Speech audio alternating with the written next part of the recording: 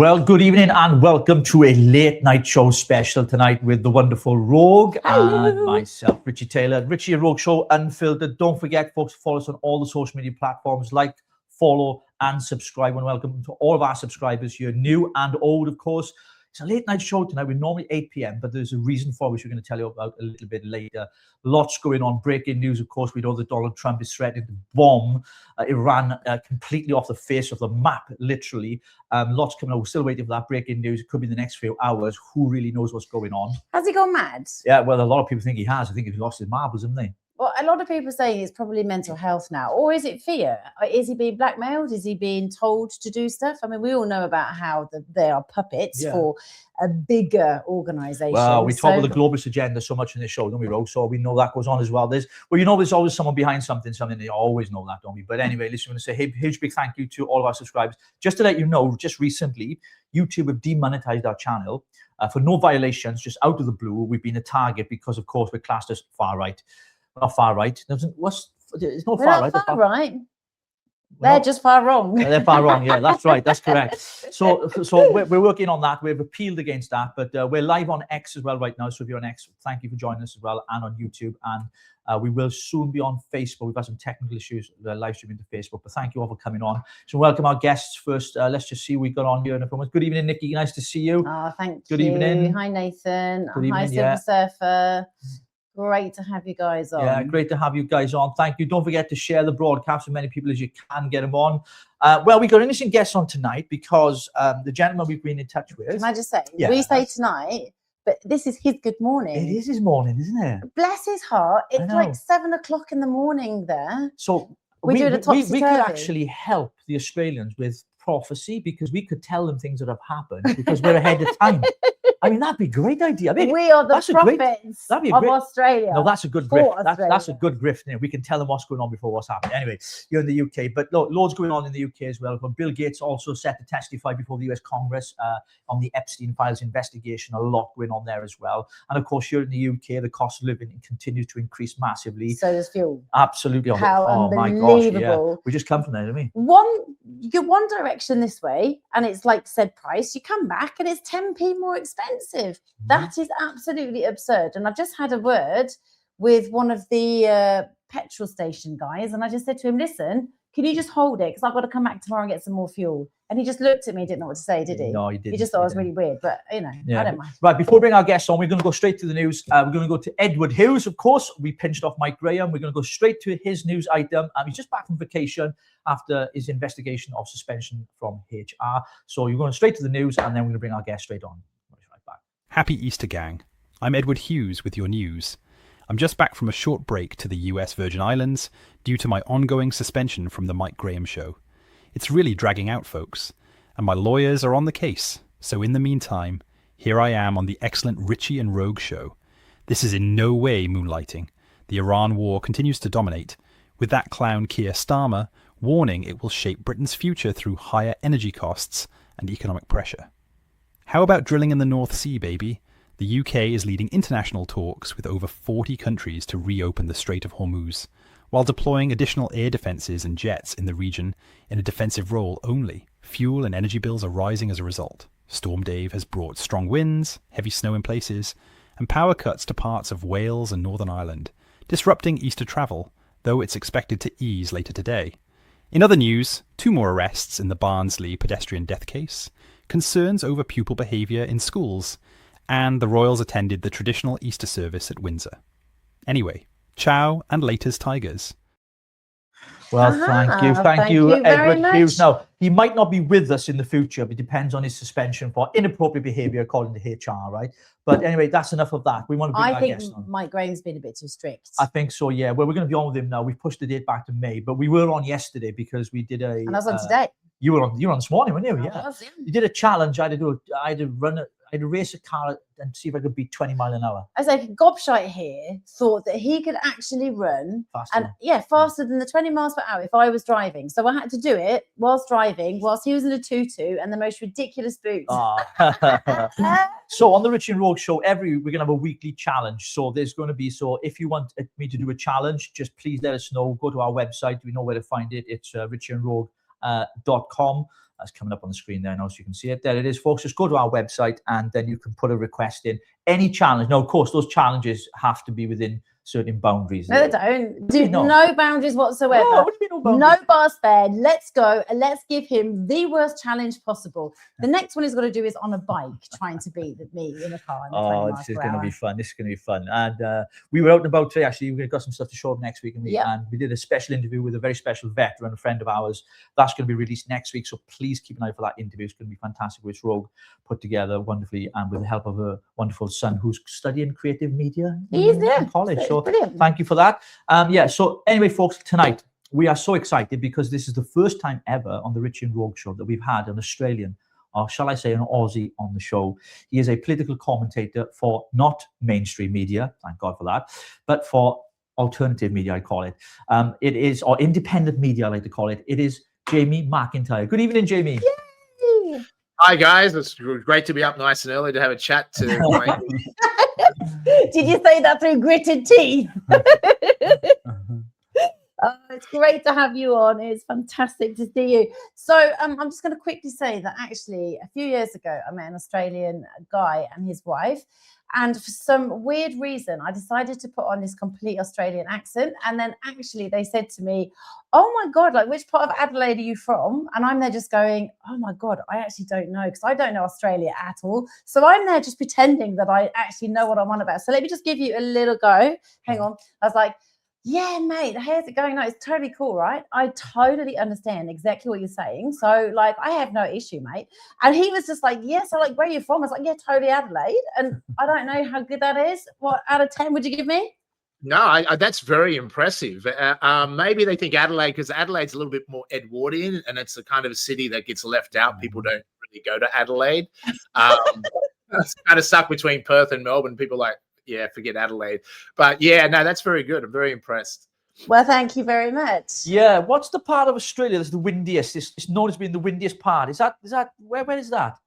Oh, that would be probably Melbourne. Melbourne is That's a very right, windy Melbourne. I remember that. I don't know, I stuck in my head for some reason. Really weird. I'm not going to attempt the Australian accent because I struggle with the English accent being a Welshman. Never mind an Australian accent, right? So, yeah, it's great to have you on, Jamie, and thank you for taking the time to come on so early on the Richie and Rogue show. It's 10 p.m. here. This is the latest show we've ever done, Rogue, I think, isn't it? It is, yeah. It is. But the thing is, right, we want to know what's going on down under, right? We want to hear what's happening. And, you know, it's really, really good to kind of get to know somebody so then we can sort of like have these conversations just to figure out, because, you know, we're watching it, we're onlooking. And I have to say, every time I see your prime minister, I just roll my eyes. I'm just like, my God, he's just another Keir Starmer. And I don't know how you feel when you see Keir Starmer, but if you feel like I feel with yours, I'm like, geez, please just get them gone. They are awful, aren't they?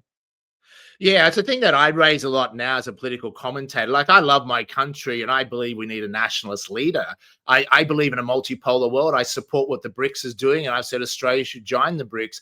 We look at our current prime minister, and yes, very similar to Keir Starmer. They're globalist puppets. That's why, I mean, the world gets in a dangerous place when we're led by weak men.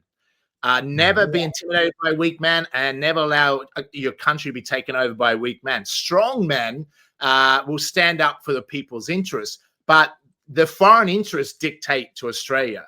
And the foreign interests, we might call these globalists, clearly dictate to the British Empire, what's left of it as well, and most of the West. And that's why we have very weak leaders installed. You can look at Macron in France, etc. You can look at the German leader. Find me a nationalist leader that represents their country in the West. I can't think of one. Trump was meant to be America first, make America great, a nationalist leader, but even he's turned out to be largely influenced, I would say, obviously by Israel and Netanyahu to fight their wars. But we don't have that. But in the BRIC nations, look at Russia. We're told in the West to hate on Russia. But Putin is a clear, strong leader, a strong man, not a weak puppet. And that's probably why he has 70 to 80% support levels. But in the West, we're told, oh, he's an evil man. Even China, we can criticize China's government, but they're not the ones going around bombing country after country. They're into trade, not war. And they have a leader that is dedicated to their country, a nationalist leader. That's what people what? Because sovereignty, independence, that's what Australia should be. That's what England should be. But unfortunately, with weak men, weak leaders, they're globalist puppets. And that's why people are deeply mistrusting their institutions and governments, especially since COVID. Yeah, no, absolutely. I mean, I'm just curious, actually, how did you get into this? Sort of when you're kids, you either decide you want to be a fire brigade, you want to do something. What brought you to this point? It's actually funny. My mum said I'd always become Prime Minister of Australia, but I grew up on a farm 6 hours above Sydney, and I didn't want to be a farmer, so that's all I knew. So I didn't learn how to drive tractors and fix fences, so I wouldn't have a plan B. I went to university to study being an accountant because my careers advisor said, Jamie, if you want to be rich, that's what you should do. Bad advice. I quit that after a year and become an entrepreneur, moved to Sydney. So I ended up starting my first company at 21, and by late 20s, I'd become a self-made millionaire, predominantly through Australian real estate. My mentor said, look, just buy a couple of properties and they're going to go crazy in price. They'll double every 10 years and you'll end up rich. Now, I thought that sounded too good to be true, but as we've seen in Australian real estate market, UK as well, since the 90s, how much would we wish we had bought more properties back then? And we're seeing that massive escalation in property prices. So I guess I was fortunate to be a beneficiary of that. And then I become a public speaker, a motivational speaker, which is quite ironic because I was the shyest kid at school. But people would ask me, how did you get out, go from the country, from a farm background and do really well? So I would share that knowledge with them, and that became quite a big career. And I built many companies in my 30s, but I was always wanted to change the education system. I thought our education system was heavily outdated. It was created in the 19th century. And it was teaching people not to think for themselves. It was teaching people to basically be factory workers and conform. And I thought this was dangerous for society. I was deeply frustrated with what I learned at school. So I wrote a book called What I Didn't Learn at School But Wish I Had. It became a bestseller in 2000. But an interesting thing, I give that book away for free to this day. And I think 4th or 5th chapter, I wrote about the fraud of the Federal Reserve banking system. Back then, and I said, one day I would like to see a more equitable and fairer financial system. Now, back then, that was a huge conspiracy theory, talking about the Federal Reserve is not federal, it has no reserves, there's banking elite families, took it over in 1913. They print unbacked money, not backed by anything, and loan it to the government. And these are the same people that invented income tax. And the reason you pay so much taxes in England and Australia and elsewhere is because they want that money, real money, to pay the government debt when they just print fake money. And that leads us right up to where we are today. And we're in the middle of a war, which is being fought over who gets to print, if they can continue to print this fake money, or that day comes to an end and we shift to a multipolar world led by the BRICS. I mean, your story sounds really interesting, but I am so shit at maths, like literally cannot do maths. So I actually, I have dyslexia in maths. So I just can't do it. So I'm listening to your story and I want your book. Now I have to read your book. Yeah. So tell us, where can people go to find your book then, Jamie? They can go to Australian National Review. I found it. You can go to anr.news. ANR.news, and they can opt in there to our news channel, which is independent media. I founded that in 2013, not for profit. And that's how all my dramas started. But you can download that book for free. And I've written many other books. I wrote The Great Vaccine Con, which certainly didn't make me popular 13 years ago. And we spoke out heavily against the COVID vaccines, and I've become a target from that. But it's interesting what happened to me when I launched Australian National Review. At the same time, I was hosting Arnold Schwarzenegger. I hosted people for many years at my events like Richard Branson, etc. And he was my political mentor at the time. He wouldn't be now because he's gone a little bit woke. But I was hosting Arnie around Australia, and I'd launched a political party, 21st Century Australia, a nationalist movement, to dump this idea of left and right, which is really, I said, this is a globalist agenda to divide us. If we're not careful, they're going to take over our country completely, and we're going to lose our complete sovereignty. This was back in 2013. I launched that party and launched Australian National Review. Coincidentally, straight after that, I started getting targeted by government agencies. My companies were attacked. I had land assets stolen, taken off me. I was actually cancel culture in a massive way. Back then, we didn't realize it was cancel culture. I didn't even, we heard of the thing called the deep state, but way back then, you didn't really know how prevalent it was in our Western society and how much it controlled our Western governments. It was still like a pretty big conspiracy theory. But I suffered that firsthand, and I was like, well, I just wanted to make my country better again. I just wanted to help create a political party. I knew it'd take 10, 15 years to become an alternative, credible alternative party. But I was always good at predicting the future. I was able to tell people buy Bitcoin when it was $75 US, real estate, buy gold at 300 an ounce. I always had this innate ability to predict what was going to happen. And I said, look, within 10, 15 years, Australians will want a credible third party because they will be fed up with the left and right of politics. That's why I created the Australian National Review. It was a newspaper initially because I said within 10, 15 years, most Australians will realize that the media is not media. It's simple propaganda. They've been lied to, whether it's Murdoch on the right or the globalist woke on the left. And I always say the Chinese are like bemused by us Westerners because in China, they know their news is propaganda, right? They don't get why us Westerners think our news is news. And how many people are, we've got to fact check that, and they go back to mainstream media as the source of their news. I know. I was saying recently, how was I able to predict financial trends ahead of time? And how was I also predict who wins wars as soon as they start, who's going to win the war? Like we told our readers, Australian National Review, Ukraine will lose and Russia's going to win right up front. We told people the Iran-Israel war started. We said, I can tell you now, Iran will win this war, Israel will get annihilated, and America will leave in tatters their military bases. And now we're seeing that as a reality. I said, but we don't need a crystal ball for this. You know what we have to do? I said, if you don't have time to be a geopolitical expert, simply whatever Western media is telling us, it's the exact opposite is generally the truth. So that's all we've ever done is the exact opposite of what we're being told by Western media. And we'll be able to predict the future extremely accurately. Yeah. See, Yeah. I always look at Canada and Australia, and then I know what's happening here. So, like, you just look at that, like there is a looping between the three of them, and you just know that what's going to come next. So, if we're ahead of you, then it's going to come to you, or Canada, you know, or vice versa. But I mean, I'm looking at your hate speech and the hate law that's come out, and I'm sort of thinking like Keir's steering it that way as well, and obviously they're both Labour. So what's that kind of, how is that sitting with people at the moment? Well, you know, we don't want to talk about certain topics because we'll get into trouble. But I held Australian National Review as the broadcast host for the Free Speech Summit that we decided to hold on the Gold Coast last July, and we had speakers coming from America and many Australian speakers. And I didn't really. We had a theory that perhaps Israel lobbyists had undue influence over the Australian government, but it was just a theory, right? But, you know, guess what nation, the only nation on the planet that sent their activists and targeted that event and had the event banned from the Star Casino in the Gold Coast a few days before we had to find another venue. We had like 2,000 people booked in for it. And it was Israeli activists threatening speakers that you should not speak at this event.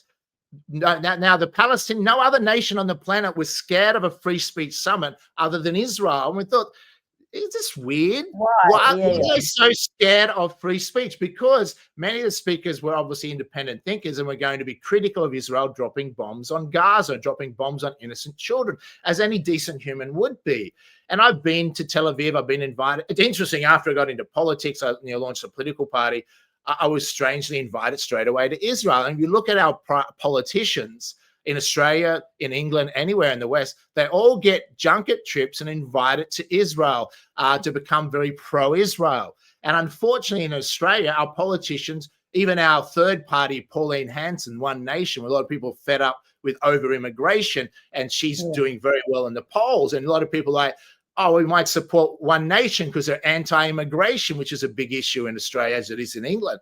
But they don't realize, well, they should realize, guess what flag did she drape in the Canberra in Australian Parliament? Wasn't an Australian flag, it was an Israeli flag.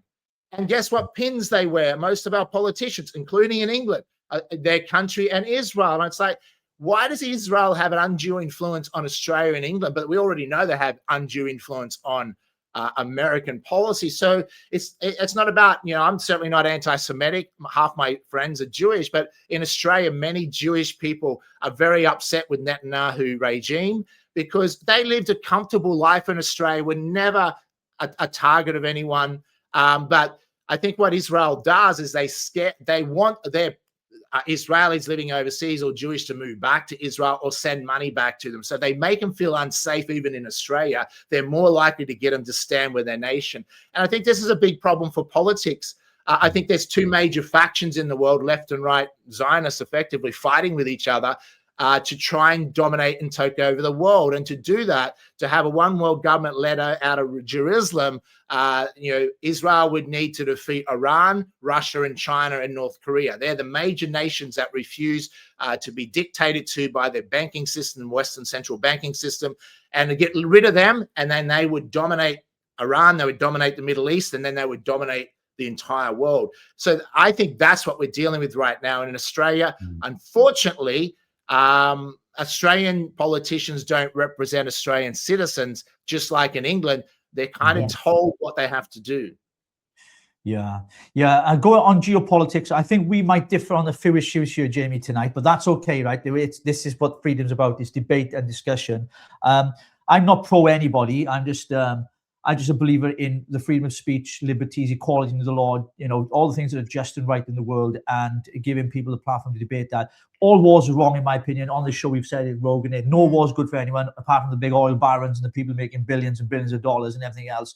But let's get straight to what the news is breaking tonight then. Obviously, Trump has made huge, massive threats to absolutely annihilate and wipe off the face of the earth the Iranian people. I mean, literally in a statement, a whole civilization will die tonight. This was earlier today, never to be brought back again. I don't want that to happen, but it probably will. However, now that we have complete and total regime change, where different, smarter and less radicalized minds prevail, maybe something revolutionary wonderful can happen. Who knows? We will find out tonight, one of the most important moments in the long and complex history of this world. And when Trump made those threats, as he did tonight, reports were coming in earlier that Iranians at some of these power plants that he threatened to bomb, these are human lives, right, literally, and I'm not taking any sides here, just reporting the news. Iranians, they kind of held hands outside of this power plant, and they just watch this video here.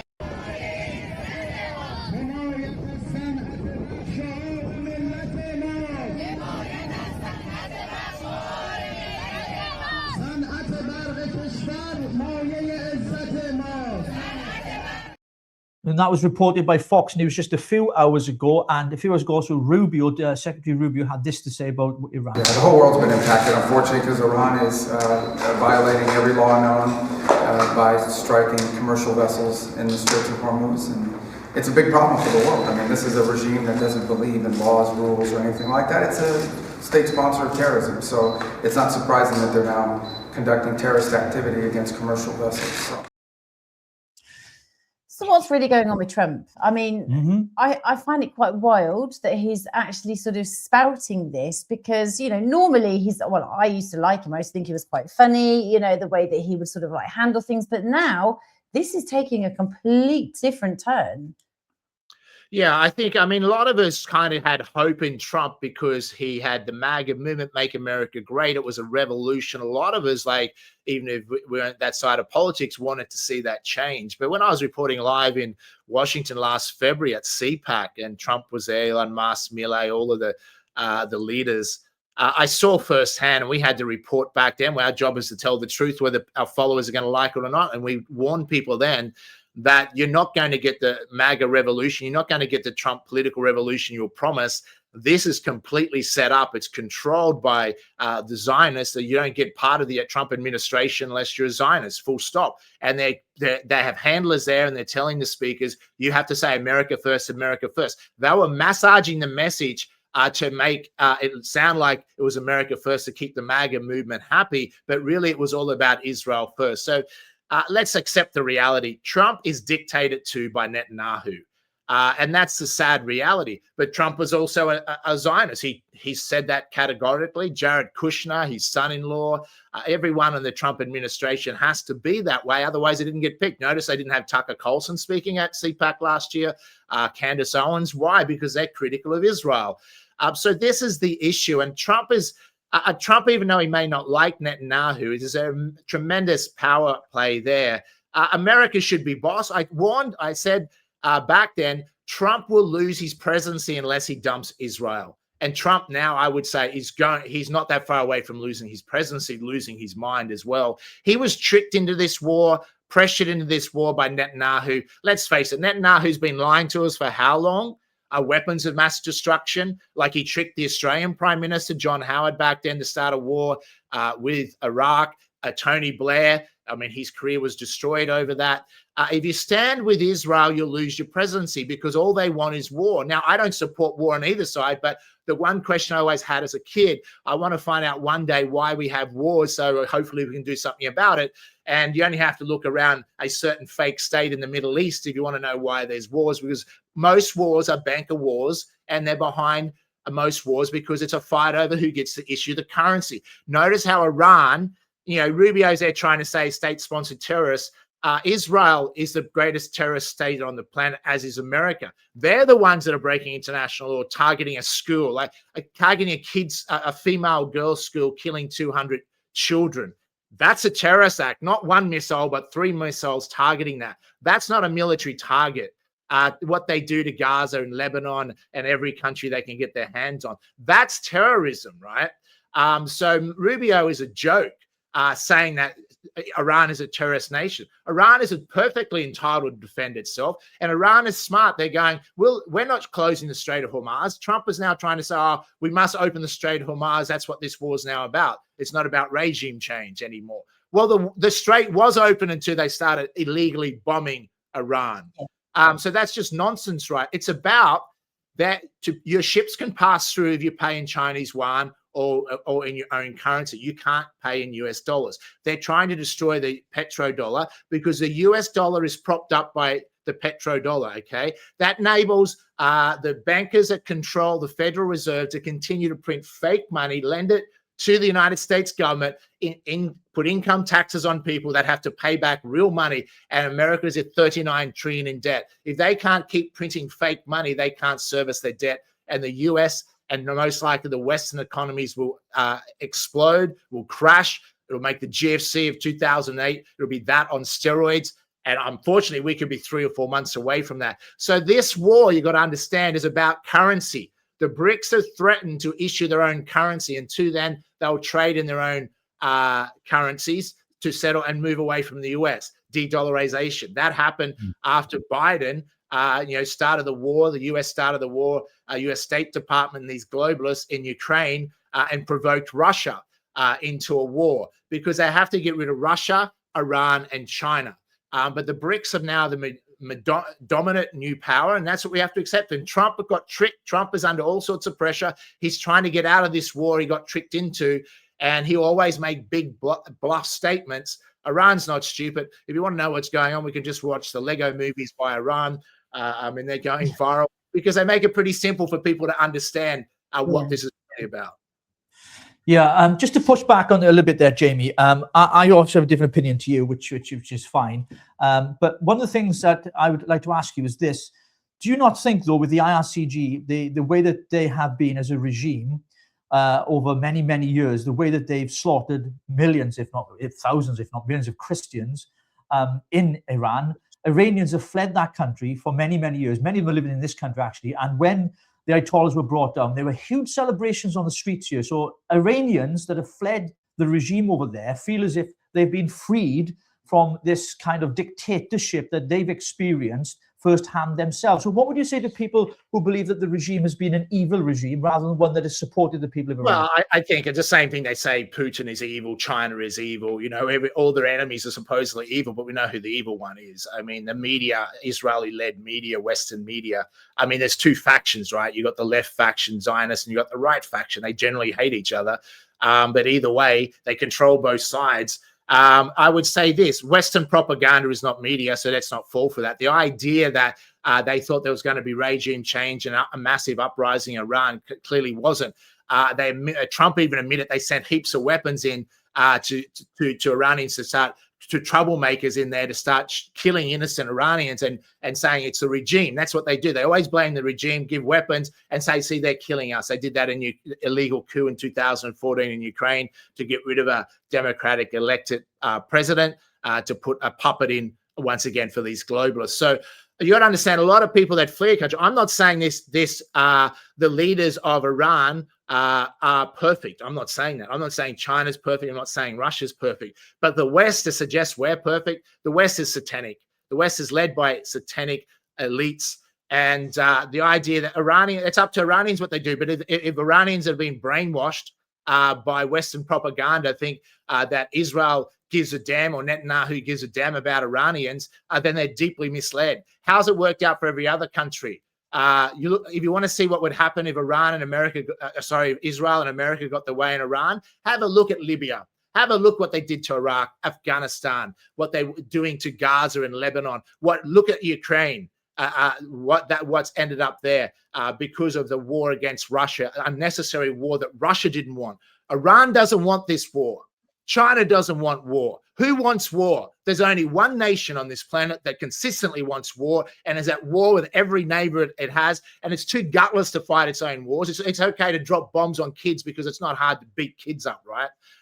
Drop bombs on little girls' schools because they can easily do that. But they won't fight their own wars. They don't want to put their troops on the ground in Iran for a suicide mission that Trump's thinking about doing. It'll always be American troops, Australian troops or English troops dying for these bankers. And until the world wakes up, banker wanker cartel that created a fake state in the Middle East is behind most wars.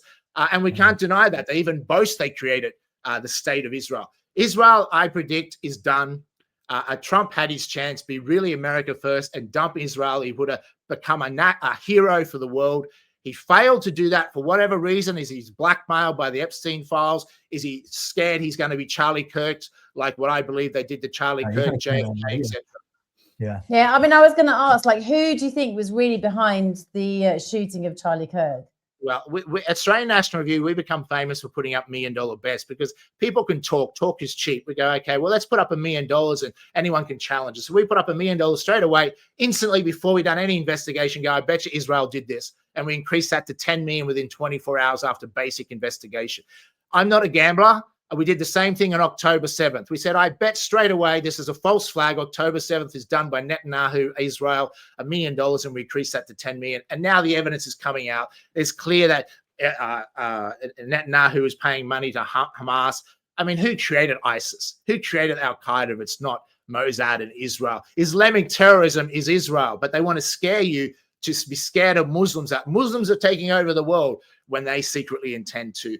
So Charlie was clearly killed by Israel. I mean, was any other national leader, prime minister or president running around on TV shows? Oh, it wasn't us. We had nothing to do with it other than Netanyahu. First thing gives it away.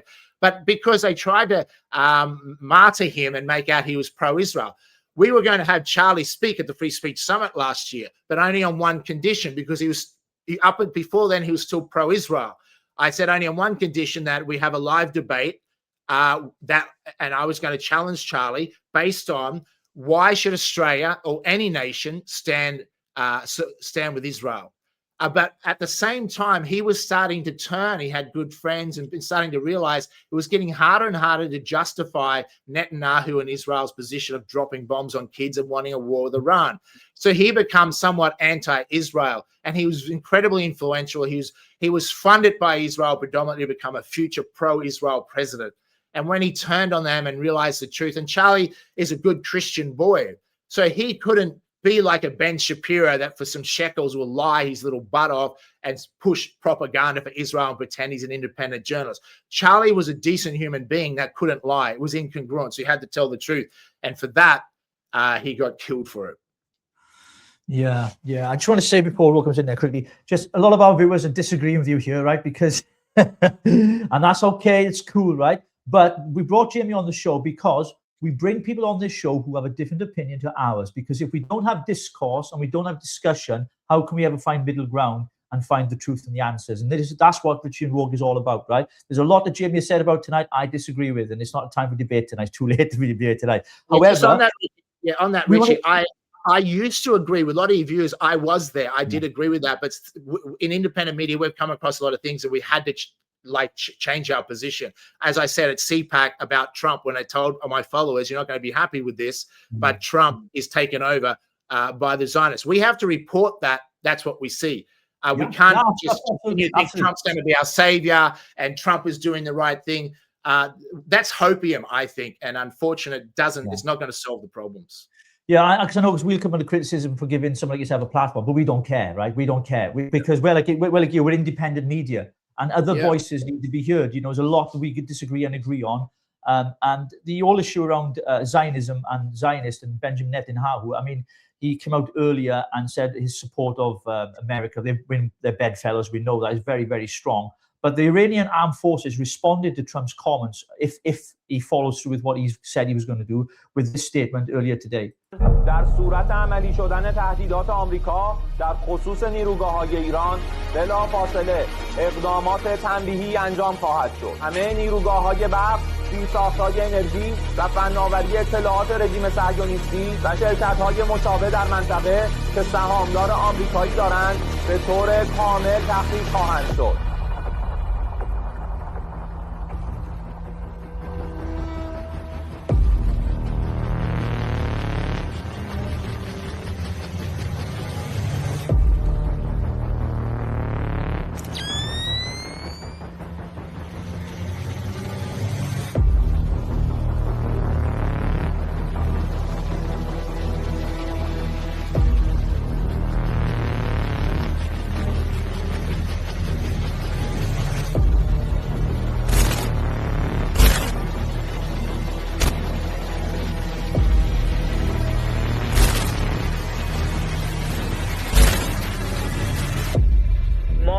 دفاع از کشور و منافع ملت خود دست به هر کاری خواهیم زد.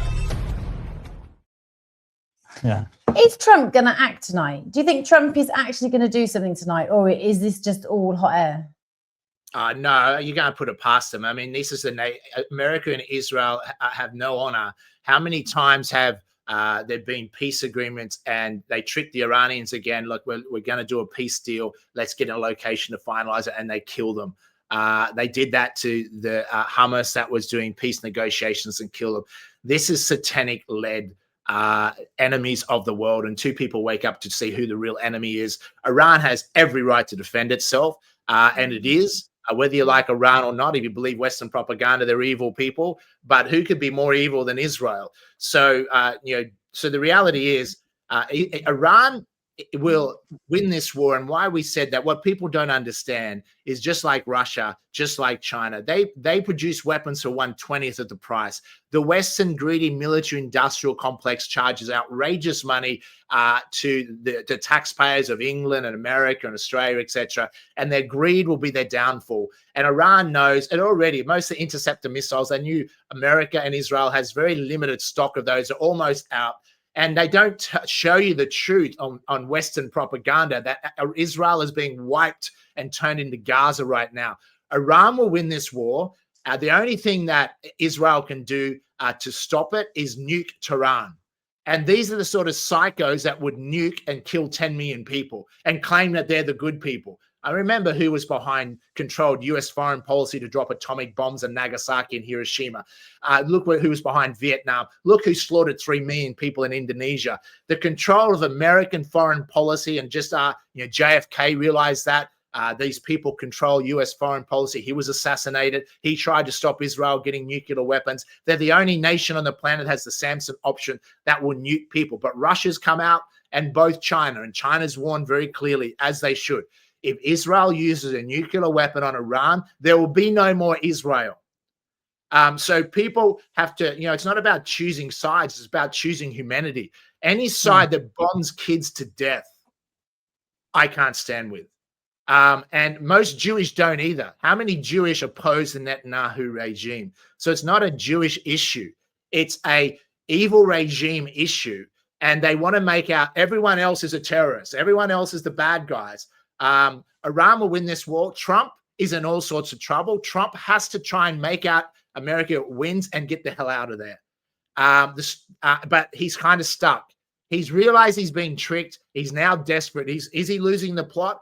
I think he's under immense pressure. They have probably stuff on the Epstein files on him, and he's facing assassination and losing his presidency. So he's getting narrowed into a corner. You play that game with Israel, and you do as they say, or they'll kill you. It's pretty basically what it is. Yeah. I kind of want to touch on the word Zionist, right? Because from if you look at like the Rothschilds, they're not really Jewish, are they? I mean, like what I've heard and what I've read and what I've researched, and I want to get this right with you. Maybe you can just like help me here. So if they're not really Jewish, and that is part of the satanic, sort of discourse and how they're leading us, then actually the word Zionist is not really in sync with what they're doing. So when I grew up with in my family, Christian family, the word Zionist was that the Jewish people would be able to return back to their land, right? That's it. So that was kind of like a healthy, wholesome, this is where they need Biblical to be. prophecy. Yeah, absolutely. Yeah. But then you have like the Rothschilds and then the elites. That's the satanic, that's the darkness that is like being led. So that's not really Zionism, is it? Well, I think Zionism is more of a political ideology, and it's become dangerous. It's almost a terrorist ideology, a supremacy, and it's just not necessary. I think China, North Korea banned it. I think it's when people think they're superior to other people. I mean, the idea that Israel is a biblical state is nonsense. It was created in 1948 by the Rothschilds, the Balfour Declaration. So we have to accept that as reality. And they're apparently God's chosen ones. Well, I'm pretty sure God, if he was going to choose people to represent him here on earth, he wouldn't choose a bunch of banker wanker elites. The Rothschilds are from Khazaria. Khazaria is eastern Ukraine, southern Russia. I wonder why. You look in the Epstein files, like who was Epstein working for? I represent the Rothschilds. It also talked about them being involved in the Ukrainian coup. We're using George Soros' US State Department. Also, they planned to assassinate Putin or try and do that. I mean, they kind of maybe knew that this was going to happen. It was pretty predictable. Like, it's easy to predict if you keep provoking Iran, Israel's going to get wiped off the map, and not many people are going to be upset about it. They're going to go, well, they did that to Gaza. They deserve that. Not the innocent Israelis, but we warned a year ago they should flee a year ago because we knew this was going to happen. But they wanted to make Ukraine Israel too. But Russia wasn't going to have power of that because the Rothschilds family, which aren't Jewish, remember, they'll boot it out of there for satanic practices hundreds of years ago, and they converted to Judaism to get through Europe. That's the history of these satanic people. It's a death cult. I mean, I just don't get how they can be so evil. But they told us everyone else is evil and that they were the victim story, which now is unraveling because people study history and go, is what we're being told really the truth? It's always the exact opposite of what we're being told is the truth. So these Khazarian mafia are not Jewish. That's why I say fake Jews who print fake money, bought up your fake news media, own your fake politicians, you own your fake Western democracy, pushed fake pandemics and got people to take fake vaccines through fake book, and people desperate to impress their fake friends fell for it. Yeah, absolutely. So somebody's just put here, he keeps bringing up the school bombing in Iran, but the school was hit during the Iranian New Year. Their school was closed. Only people there were IRGC, cowards hiding like Hamas, using schools to hide. What's your response to that? Well, I dare say that's nothing. He's taking his source of news from Western propaganda. There's dead school children. So, I mean, the same, Israel tells us in their propaganda that it's not a genocide in Gaza. It's not a Holocaust. We can see it, with our own eyes on social media, and those people are denying it. So who are the Holocaust deniers if it's not the Rothschilds? Who's committed most Holocaust on the planet? 30, 60 million Christians killed when they introduced communism, the Bolshevik Revolution in Russia. That's a real Holocaust. But we're only allowed to talk about one that they, without independent evidence, claim is the worst Holocaust on the planet. But they committed real Holocaust. But we're Holocaust deniers if we question the genocide in Gaza. So I wouldn't trust anything that comes out of Western propaganda. People are deeply misled because they've been fed it all their lives since they were kids. We grew up thinking that was the truth. We grew up thinking we were the good side. We're the good people. Yet we're the ones, our government's not us, but our government's dropping bombs on children, dropping bombs on girls' schools and then lying to us about it. We're the side that dropped the atomic bomb on Japan, that firebombed Dresden, firebombed cities and burnt hundreds of thousands of people alive. That's our side. So if we think we're on the good side, we're completely deluded. So closer to home, we spoke earlier about Ben Robert Smith. Now, our decorated hero has been arrested, and from Victoria Cross to handcuffs, how a nation turns on its own warriors. Now, we've seen that here with Keir Starmer. And I'm just now asking, could you tell us a little bit more about this story, please? Yeah, it's an unfolding story, but I think there's always a story behind the story. The real story is about David McBride, Australian Army lawyer, who's also was a British Army major. He's in jail. He's in jail because he leaked this story to the ABC, I think in 2016, that there was war crimes going on committed by Australian officers.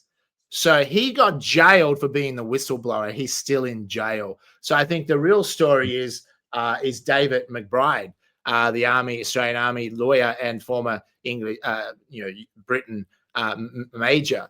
I think so. We have to investigate that more. So clearly, by what he leaked, they jailed him to stop it coming out that this stuff was going on. As far as Ben Roberts, was he actually guilty of that? I haven't investigated that. I don't know yet. But something went on to try and, not try, but they jailed the whistleblower to stop this coming out.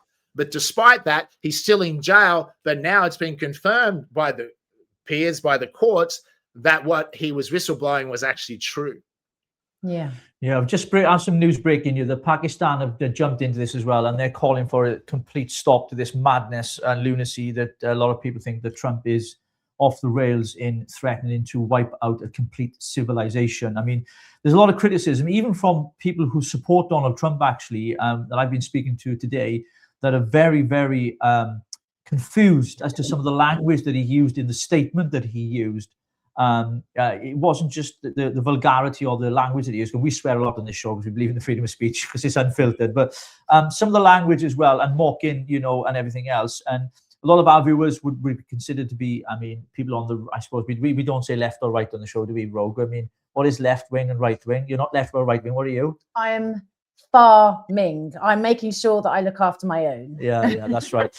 That's right. But look, you know, all these opinions are so important, and to get your voice on the show is important as well, because we want to give a balanced view. We want people to hear this side and that side and to make their own minds up, because critical thinking is something that has been robbed from all of us from a young education. We need to bring that back so people can make up their own minds.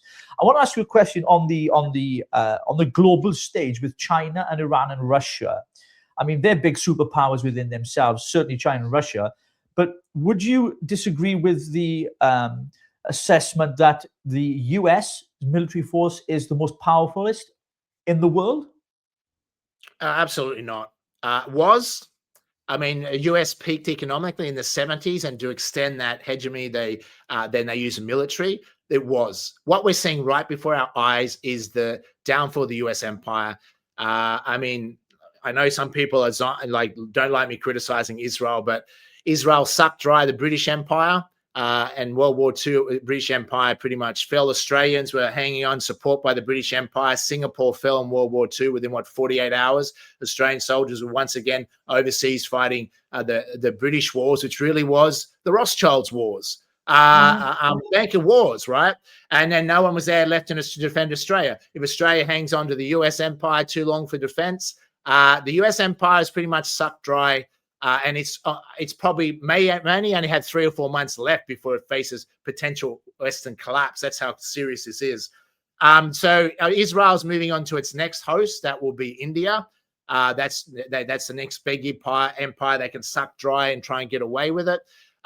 So India wants to be a bit careful about that. China, Russia, people, we've got to understand this is about a shift in power from the US-led, which is not US-led, Israel-led Western hegemony to the BRICS multipolar world. So the BRICS are offering a better choice of the world. They're saying we should have independent sovereignty, we should have nationalist leaders, we should have trade and respect each other, and there's no need for war. I think that's a good sell. Israel wants, you do as we say, or we're going to bomb you and your kids to death. And you think they're going to stop at Gaza? If they defeat Iran, they will control the entire Middle East. They won't need America anymore. Who's going to stop them then? So we've been Western propaganda that we should stand with this fake state created by a banking cartel family that no one trusts. No one. They're not Christians. They're satanic Luciferians. They hate Christians. And they're made out that Muslims are the evil people on the planet. Yet who's bombing excess Muslim nations? A lot of people don't understand, Richie. Some of your viewers may not realize that the mass immigration in the West, in Australia, in England, the flooding of excess immigrants, who is behind that if it's not Israel? Israel is behind that. The clergy plan. They wanted flood our countries, eradicate white people, because white people predominantly are a threat to their takeover of the world, because white people were very powerful at creating a Christian Western civilization. In Australia, it used to be white Australia policy. Now, I'm not advocating for that. I have no issue with immigration. I have an issue with excess immigration and unsuitable immigration. And I'm sure many of viewers do in England as well. I mean, they're even now moving out into the country. They're saying their policy is it's too white in the English countryside. We must change this. We must ban certain things and get rid of the English culture. Yeah. I mean, that is a deliberate globalist agenda. Who's driving that agenda? People have to understand, and they're going to find out Israel's behind that. There's a question here for you again. Has Jamie ever bothered listening to the former son of a Palestinian leader living in exile, Masab Hassan Youssef? I doubt it, as he would refute everything he says regarding Palestine. Well, it doesn't matter what we refuse. Our kids being bombed to death, innocent civilians being bombed to death in Palestine. And also what I would say to him, who created Hamas, who funded Hamas up until 2012, who then begged Qatar to keep funding ever since then, and who shuffled about 1.4 billion in US cash to Hamas if it's not Netanyahu and Israel. So Islamic terrorism is created by Israel to have a supposed enemy. So then they can do October 7th as Israel allow them across the border. There's no security on the border. I mean, that's so obvious it was a false flag. So then they can use that as an excuse to go and wipe out Gaza, because they want Gaza. They steal, they theft. If you look at colonialism, if you look at Israel is behind all that, all the people behind Israel, British imperialism, etc., the genocides done in the British name, then taken over by the US empire. Who's driving all that? How many people must die by these satanic people? So do you think Palestinians are going to be better off if it's controlled by Gaza and turned into a real estate deal by Jared Kushner and their plans to make that? You know, who really wants to go on holiday in a 5-star hotel on the bones of dead children in Gaza one day? I don't. So how can we justify that? It doesn't matter if you're left or right. I'm from conservative side of politics. I'm from the right side of politics. I'm not left, right? But I'm getting away with that a high idea left and right because it's just designed to have us fighting with each other. What we have to understand who is the real enemy, and we have to expose them. And which nation bans us from criticizing? There's only one nation bans criticism of them. Yeah. So when you on the 14th of December 2025, there was the shooting, and it was one of the deadliest mass shootings since 1996, and that was in Port Arthur, wasn't it? So again, let's look at the shootings. Let's look what happened. You know, there was a shockwave that went through Australia and Bondi Beach. It was like shocking. We were watching it live. It was just horrific. You know, that was not done by Jewish people, was it? You know, we are seeing. No, it was done. I would say it was done by fake Jewish people. Okay. Who does most massacres? Dunblane massacre, Christchurch massacre. Let me give you an interesting story. And I know it is quite dangerous to even say this, but when we investigated the Bali bombings, we thought, well, I wonder if Mossad had anything to do with the Bali bombings. It was Islamic terrorism in Bali in 2002. It was, remember, just after September 11th. We thought, oh, well, I wonder if Mossad had anything to do with this. Not only did we find Mossad was behind the Bali bombings, but we actually found the same operatives that did it. The Bali bombings were behind Port Arthur massacre. So Port Arthur massacre was done to remove the guns of Australians, so they're unable to defend themselves, and no nationalist leader or nationalist take back its sovereignty. So if you're not even a betting person, 95% of terrorist activities and massacres on the planet are carried out by Mossad. Now that's just a reality. So if you're not sure who does most of these things, you can bet your house, and it's a pretty safe bet you're going to win. If you start investigating it, you're going to find that out. Who did Bondi massacre? We'll find out. You'll find out in the future.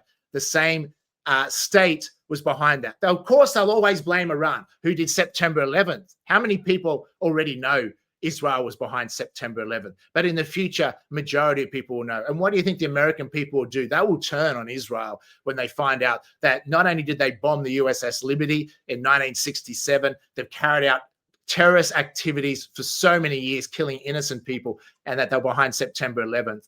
Do you think, people have to understand the truth. They always blame their enemies. But it's controversial. People don't want to know about that. But the truth is ugly. And we can swallow Western propaganda all our life, but then we're going to live a lie, a fake life.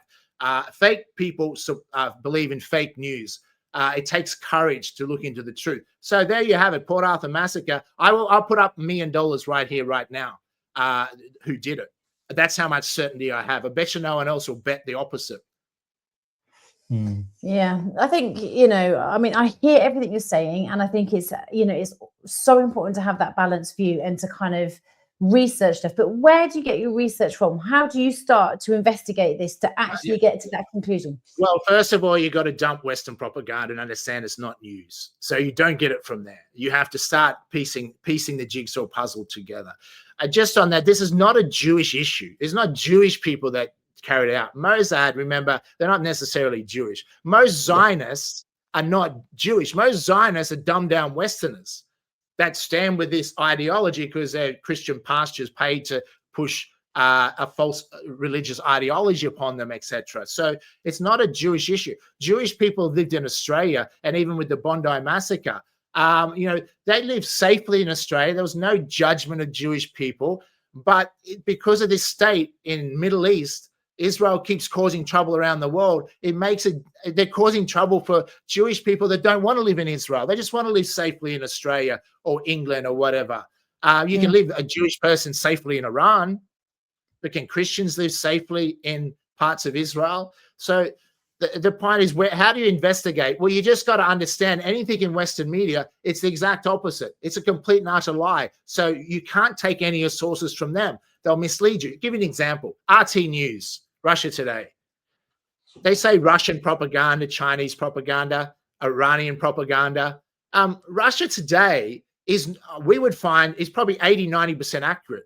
Can you say that about Western media, 80, 90% accurate? Western media is lucky to be 10% of accuracy. You look at independent media, right? And why I support the rise of independent media. We might make mistakes sometimes, but we don't wake up every single day to go, how do we deceive our readers like Western media does? Western media is propaganda. Their job is to deceive you, to trick you.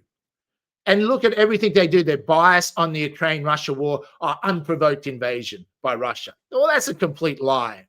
Okay. Iran, they're now saying, Marco Rubio, Iran is a terrorist state. Hang on a minute. America and Israel are the terrorist states dropping bombs. How can we say Iran's a terrorist state? I mean, it's just nonsense. It's complete, utter propaganda. So we've got to stop this. Oh, China's evil. I mean, China might have propaganda, but they're not perfect.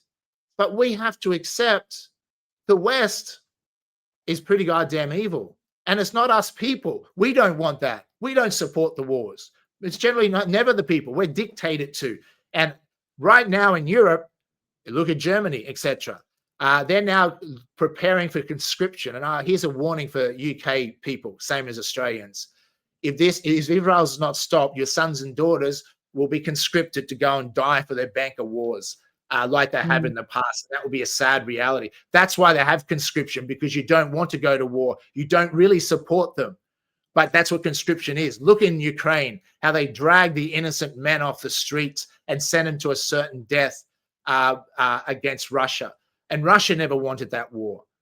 China doesn't want war. Look how they provoked China with Taiwan consistently. Look how they provoked Iran. It's the only one nation wants war, and humanity must wake up in time. But right now across the world, how many people have woke up and going, this is just not right? Yeah. We've got another question for you here. How many ceasefires has Israel agreed to with Gaza, and who keeps breaking the ceasefires? Please answer. Once again, none. I mean, Israel has never agreed to a ceasefire. Israel breaches every ceasefire. They are lies. They have no honor. So that's just Western propaganda. And we've got to stop falling for it. Who creates Western propaganda? I just wonder what Rothschilds, etc., that control the media and those sort of people behind that. So, I mean, really, I mean, how many more people must die before we say, hey, this is not right? This is not right. Stop bombing children. Stop bombing innocent people. Stop bombing every neighbor around you and saying, oh, we're the victim and we're surrounded by enemies. Well, move then. Move. If you're surrounded by enemies and you're in the Middle East, you put yourself there, relocate. Maybe Greenland's going cheap or something, but they're going to have to move, and they are moving. Israelis are fleeing. Where they're going to go to? Argentina, many of them. Like they're planning there. So, I feel sorry for the innocent Israelis. But if you live under a regime like that, there's consequences. But there's also consequences for living under a British regime, Australian regime. Australia can't get cheap oil from Russia because we send weapons to Ukraine to kill Russians. Why are we doing that? Why are we enemies with Russia? Russia is a largest Christian nation on the planet. Why are we enemies with them? Have they done anything wrong to us? But we're brainwashed to hate on these countries. Yeah, the question here is for you, Jamie, push back again. Isn't this part of the Eastern propaganda as well, Asian propaganda? Because, of course, you get both sides, okay?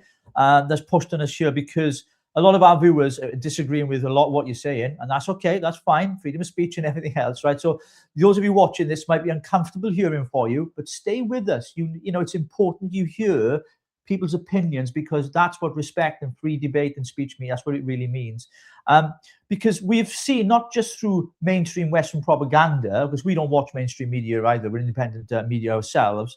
We've seen social media ourselves, and we get a lot of sources and information. We have a team that work, our crew, our producers, researchers, that have shown us real evidence that there have been, obviously, attacks from the Islamic faith, the caliphate. That is a real thing, very real, and it's happening in our country right now. So I'm going to push back on a couple of things when it comes to Islam and the Iranian regime, Hamas, the Ayatollahs. All of these people have an ideology that is alien from our way of life and civilization. It's more than a religion. It's more than just a country. It is a way of life. They're born into this civilization in which they wish to impose themselves, their way of life, their culture. And in fact, to the extent when they come to this country, they want to impose Sharia law, Sharia courts, which we have right now in this country. We have sleeper cells in this country. We know we have them there. They're on the MI5, MI6. And this is not Western propaganda, because you don't get this on the BBC. You won't get this on Sly News. This is what our sources, what we know on the ground. So a pushback slightly here is what you're saying, propaganda from the other side, who would say, no, we're not terrorists. Iran is not a terrorist nation.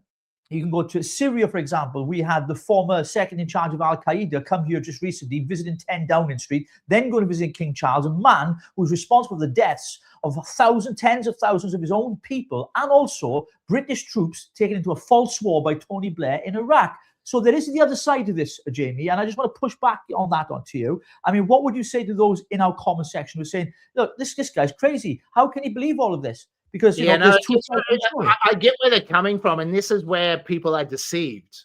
As I said before, who is behind Islamic terrorism? Who is behind making out? Apart from Australia, I'm from Australia, but I live in Indonesia, the biggest Muslim nation on the planet.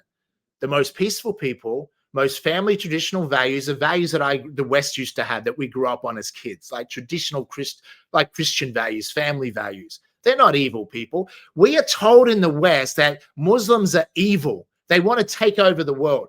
I just wonder what fake state in the Middle East is telling you that with their propaganda. This is what you understand. Even in Australia, a lot of people support Pauline Hanson, One Nation. In the UK, a lot of people support Tommy Robertson. But who funds Tommy Robertson?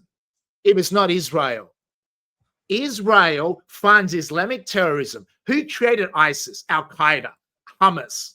Israel. Why? To trick us Westerners that the Islamic terrorists and want to take over the world. So we fall for that and we stand with Israel. Why? Israel is actually trying to take over the world.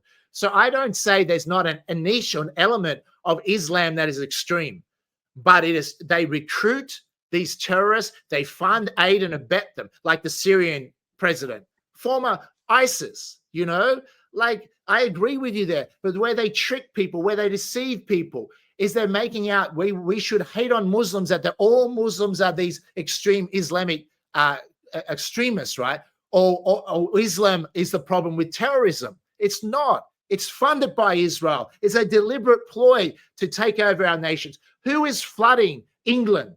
Australia, the West, with mass immigration. If it's not the Israel lobby, look it up. It's the Kalergi plan. It's been planned for decades. That's why we have mass immigration problem. If we wrap ourselves in an Israeli flag and stand up there like Pauline Hanson does or Tommy Robertson, that we're standing against mass immigration, yet you're funded and sponsored and supporting the very nation that's causing it, then we're completely fooled. And that's what happens in Western propaganda. Both sides. There is two factions. There's the globalist left, the woke nutters, and then you got the right faction, Zionists. They both hate each other, but both those factions will lead to a one world government. I don't support either of the factions. And Trump, a lot of Trump supporters, well, there's not many Trump supporters left. All of us were Trump supporters at one stage, most of us, because we're conservative side of politics. But most have woken up and going, we were sold a pup, we were sold a lemon, where they tricked us. Israel tricked us. So we're going to stop letting Israel trick us. Otherwise, we're going to end up standing with the devil, thinking we're standing on the right side. Yeah, interesting. Well, listen, there's been a lot said tonight that I disagree with. There's some I agree with, but it's not for. We wanted to hear your side, Jamie, and I really appreciate you coming on, your honesty, and our viewers as well sticking with it, because, folks, we don't just want to bring people on we agree with all the time. Otherwise, it's boring. It's a shit show, right? Let's be honest. Let's get people on. It's got a bit of, Yeah, because you've got to be exposed to critical thinking, don't you, Rose? Absolutely, and I think it's always really, really important to hear every single side, because actually sometimes you can become narrow-minded, and then you can start funneling, your information and everything, like with your algorithm, just in your own brain, like of this way. And it's so important to hear this, and then I can say, actually, I hear what you're saying, but you're speaking with such conviction. And I'm not saying that, because I don't want to hear it, because obviously I know my thoughts and where I'm at, but actually it's uncomfortable. But I like uncomfortable, because I think with having that uncomfortability, it's making me want to look into stuff properly and doing a big deep dive into it. So then I have a true understanding, and I can then look at you and go, actually, I hear why, or dude, you're full of shit, mate. I want to have that. And I'm not saying you are, but you know what I mean, right? I want I want to have that honesty with myself. And sometimes we don't want to be honest with ourselves because we've believed something for so long. And I just think it's really important that we're open to research. And like I said, your conviction, I'm having to look at that and I'm understanding it, but the one thing I have to ask, you keep on going back to the children, and my friends live in Israel, and I've had a lot of them sort of saying that my children, are going through the most horrific of times. We're in a bunker at the moment, and the missiles are going off. It's flipping awful. And I hear that, and it breaks me, because that's my friend. I grew up with him, and he's there, and I struggle with that. So I just think that you hear something, you understand it, and because there's that empathy as well, you just kind of want to understand that in a deeper way. And I know where I'm at, but yeah, I think your conviction, you're there, and I want to have a look at that. I do. Absolutely. And of course, a lot of our viewers won't agree with a lot of what Jamie has said, but that's absolutely perfectly fine. And we're definitely going to get you back on again, Jamie. But what I think we'll do is, we've got one of our political commentators as well, who is, he loves the Middle East kind of stuff. He's like yourself. He watches everything goes on. His name's Ryan. He's a young man. We're going to bring him on and have a debate with him and you together. I think it'd be fantastic. I think it'd be phenomenal. He's a young man. I think you two be fantastic. His name is Ryan. He's our new correspondent on Middle East issues. And I think we're going to get, if you're willing to come back on, Jamie, we'd love that. Again, we're here to report stuff. Absolutely. And just on that, Richie, I think the independent media, our duty has to be to debate. I love debate. It's how we learn. We're all having an awakening experience. We're all brainwashed growing up. We all were fed so much Western propaganda. So we're all on this journey together. See, independent media, we encourage debate. We're sharing and learning. I've always said, even at Australian National Review, if we make a mistake, we'll admit it. We're just trying to get to the truth. We rely a lot on citizen journalism. But we're not like Western media or Western propaganda deliberately waking up every day to deceive and trick and manipulate people. And I know it's hard for people because they're getting all this information. But as I said, the shortcut is whatever Western propaganda is telling us, go the exact opposite. At least you'll be heading in the right direction. And then from there, you can start spending more time. But I do believe we all have an obligation to know the truth and speak the truth. and free speech must be protected. And we must have these sort of discussions and debates because it helps us learn what's really going on and different perspectives. Like, I mean, I'm certainly not leftist, right, of politics, but I've also learned to be a bit more empathetic to center left and understand their thinking, where I was center right. And that's helped me become a better person, a better human. And if you're going to try and lead a nation, you have to think in a different mindset and go, well, if we want a nationalist leader, we have to work together, left and right, and how do we work all together as a team, and not kind of just attacking each other. It's cheap politics to attack the left or left to attack the right. Yeah. Like you see the Democrats attacking Trump. Trump's easy target now, but I'm not attacking Trump or critical of Trump based on cheap politics, right? Because we were actually we supported Trump, in the last election. We endorsed Trump. So we're disappointed by that. So we've had to realize disappointment, but we're better off being disappointed, accept reality than keep on hoping and hoping and hoping when the evidence is piling up against what we originally hoped for. So we've got a funny video Yeah. that is going to be exactly making you feel uncomfortable. No, because I don't think he likes his Prime Minister either, does he? No, I know. Albanese, so all right. We're going to play this. This is actually thanks to Oliver's dad. He's on X, Oliver's dad, and he's put this together. So have a watch.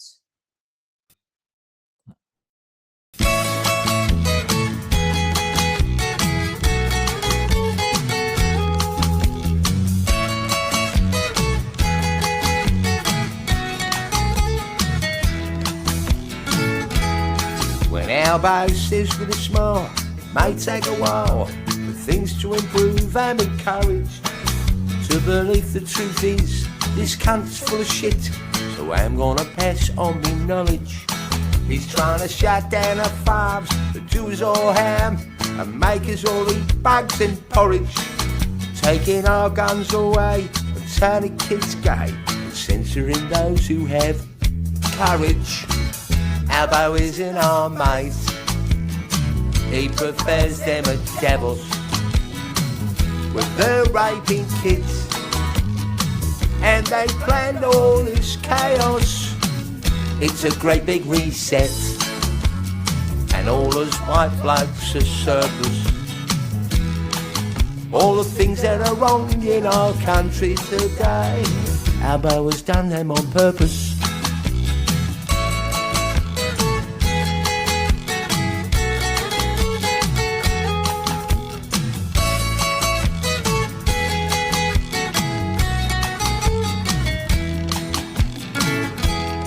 Some fuckers burnt down the church, but what really hurts, the cops say maybe it's the far right. Then on Devil's TV, Albo has to agree, Islamic terror gets a free pass. All these imports today, if they had their way, are turning Australia backwards. Albo's importing more with their Sharia laws, free money, free food and free houses. Help me! Albo isn't our mate, he's with them cunts, devils, they're brainwashing kids, and they're cutting their balls off. It's a great big reset, the lockdowns were just a promo. Albo wants all his white blokes locked up in our homes, he's most likely a homo.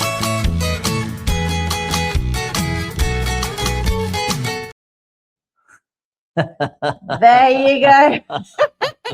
Yeah, he's certainly not popular in Australia, and Albanese is an example of a left globalist Zionist puppet. But the alternative is not the right faction. I mean, we've got to get out of that left and right because we're both being divided. It's to go, okay, we need a nationalist leader, which would Australia should join the BRICS.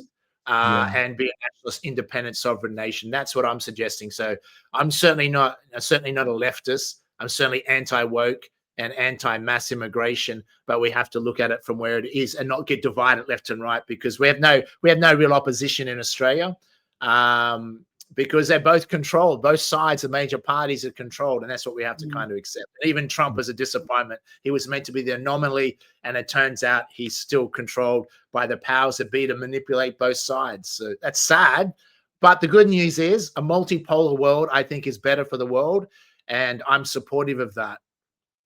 So, you know that you said that you can like predict certain things, and your mom said that you were going to be the Prime Minister of Australia. Do you reckon she's on to something? Shall I put my bet on now? It's the only way I would go back into politics is maybe in my 70s. I think a country has to be ready for the leader. A country gets the leader it's ready for, which is a very sad indictment of Australia right now with Albanese, Keir Starmer in the UK. But until people wake up enough and really demand a strong nationalist leader, someone that is strong, not a weak man. My motto is never be intimidated by weak men. That's why I challenge someone like Netanyahu. He's a weak man, bombing kids, etc. The world is being run by weak men, and that's a danger. Strong men must stand up for themselves. We must lead our countries. So, no, I don't really enjoy politics. My goal was to change the political system so you can have a real change.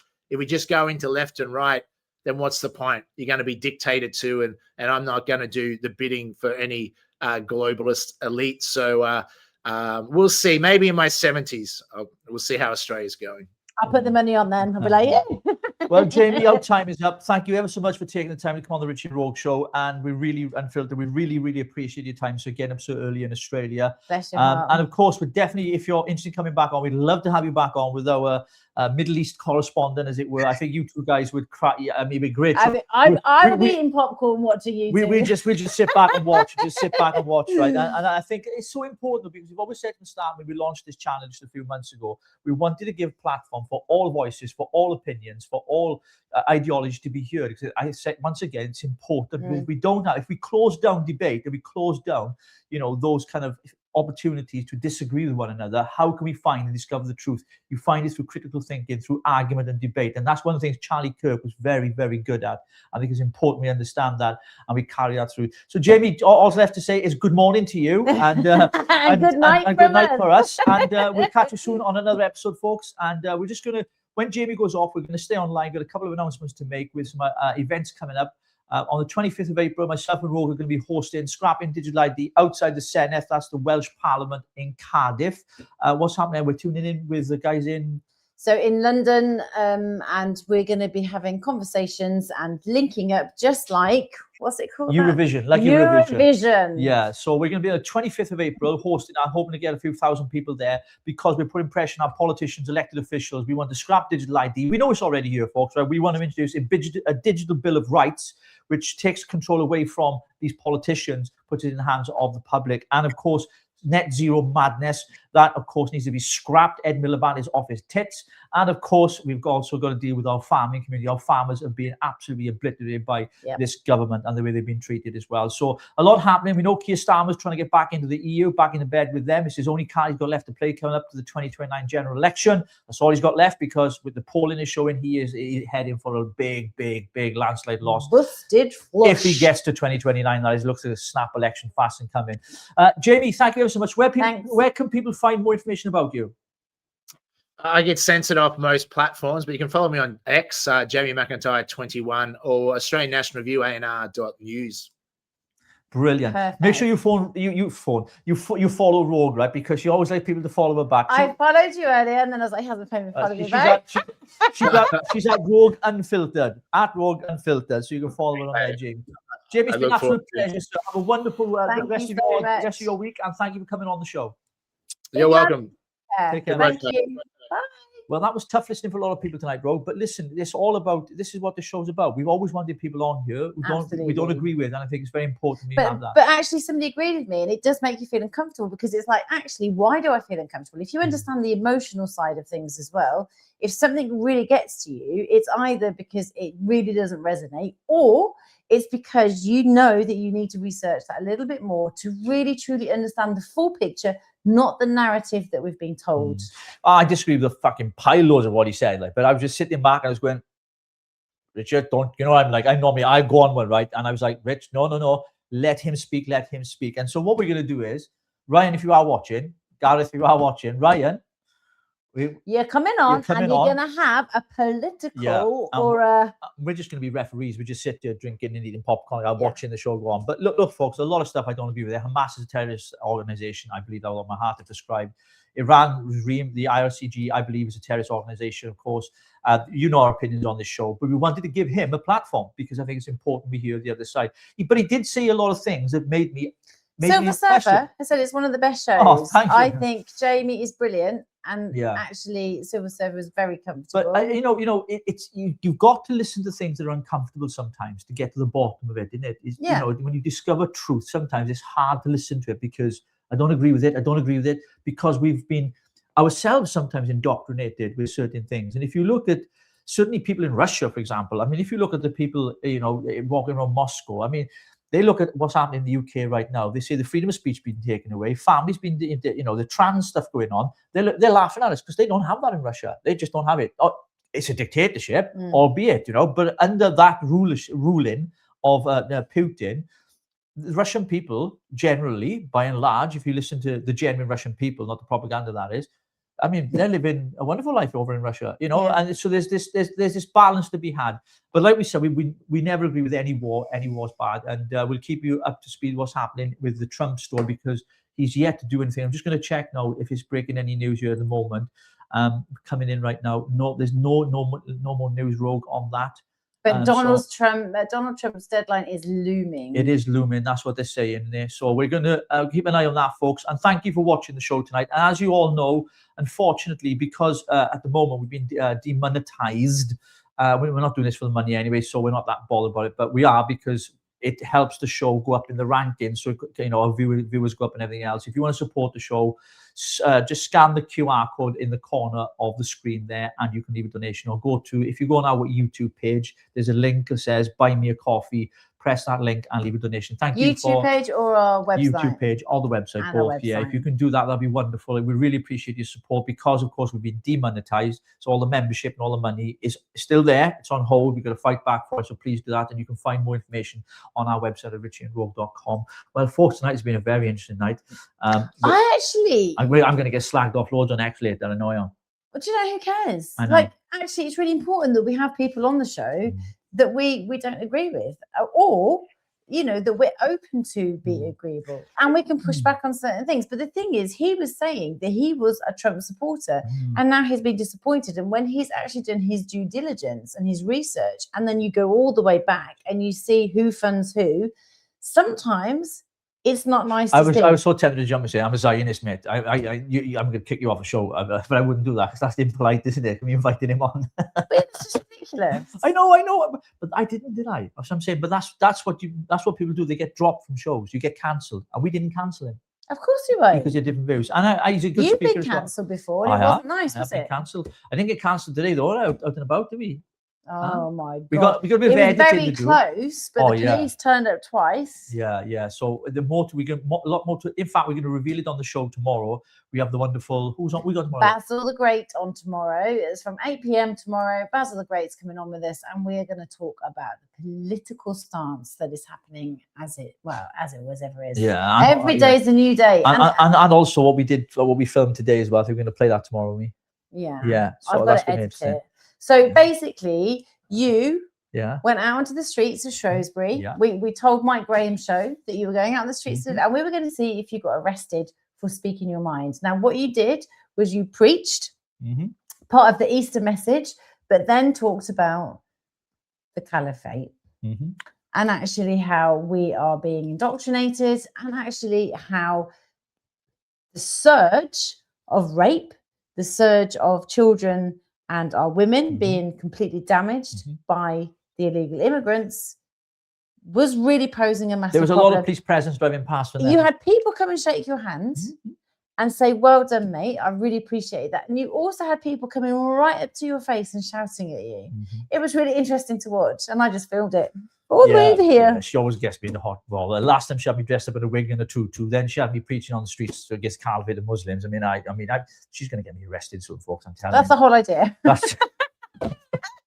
On that, folks, it's been a wonderful evening. Thank you for tuning in and staying with us as well, because I know it's been a difficult year for some of you, but we'll be back tomorrow night at 8 p.m. We love you. God bless you from the Richie and Rogue Show and Phil Dudley, and see you tomorrow night. Big love. Bye-bye.